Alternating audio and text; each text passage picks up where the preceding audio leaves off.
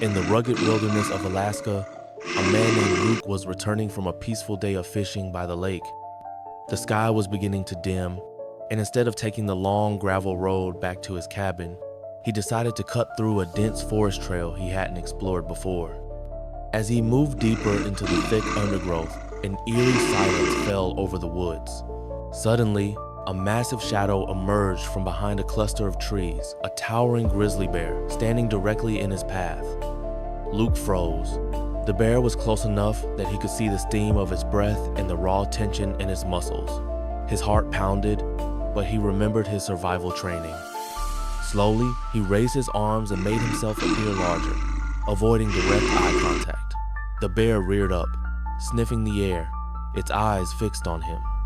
But instead of attacking, the bear let out a strange, pained whimper and dropped to the ground. Luke, trembling but curious, noticed deep gashes along her side and front legs. She wasn't acting like a predator, she looked desperate. Then it struck him. That morning, across the lake, he glimpsed a grizzly with a cub. Could this be the same mother? And where was her baby now? Driven by a sudden sense of urgency, Luke cautiously followed the wounded bear as she limped through the trees. She led him to the edge of a rushing river. There, clinging to a slick rock in the middle of the current, was a tiny cub barely holding on.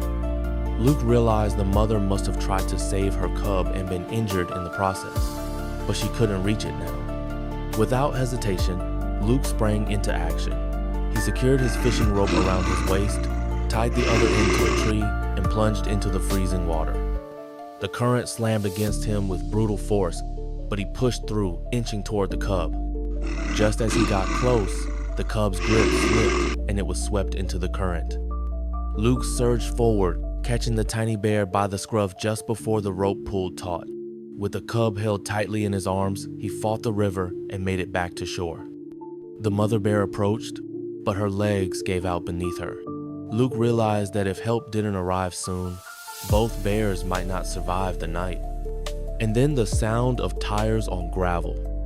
A group of forest rangers and hikers had heard the commotion and rushed in. They administered first aid to the mother bear and transported her and the cub to a nearby wildlife rehabilitation center. Weeks passed. Under careful treatment, the mother recovered from her injuries, and the cub regained its strength. Through it all, their bond never wavered. Finally, the day came. Luke, alongside the rescue team, watched as the bears were released into a protected area deep in the forest. The mother bear charged ahead into the trees, but the cub lingered. It turned and looked at Luke, eyes wide and silent, as if recognizing what he had done. Then it vanished into the wild.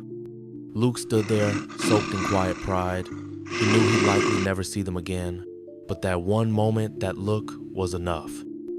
Thank you for watching till the end. Please like and subscribe to support us.